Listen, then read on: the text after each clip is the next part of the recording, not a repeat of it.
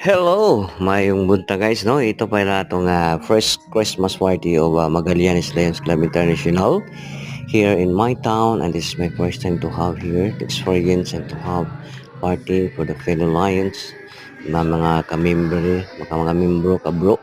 So, thank you so much for the opportunity today na kaganapan natin to together with our president and also the members. The few are here only because busy po lahat talaga nagkasabay po yung mga party ng aming mga ka-member. So far kami lang po, but even kami lang po mas much enjoy, and the same time po um, maraming pagkain po natin. So anyway guys, ito pala yung first ever party of the Magallanes chapter Lions Club, and together sa itong mga officials din start din taaning mga sa prayer para mga ona dayon tano guys. So mo na itong mga pagkaon dahil nga nahanda na itong naluto niya isa punta sa nitabang anak pagluto guys, no.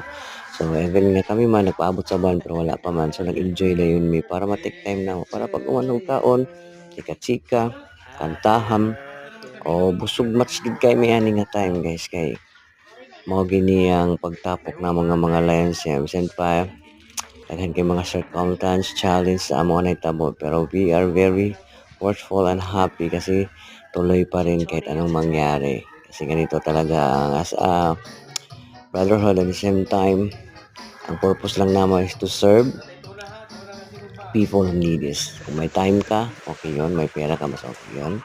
And quality ko sa panpapas. Ang ato lang to make happy the experience of the Christmas season in Magallanes. This is DJ Loy once again, our first Christmas party of Lions Club International, Magallanes. Happy watching everyone, and more please share, follow for more.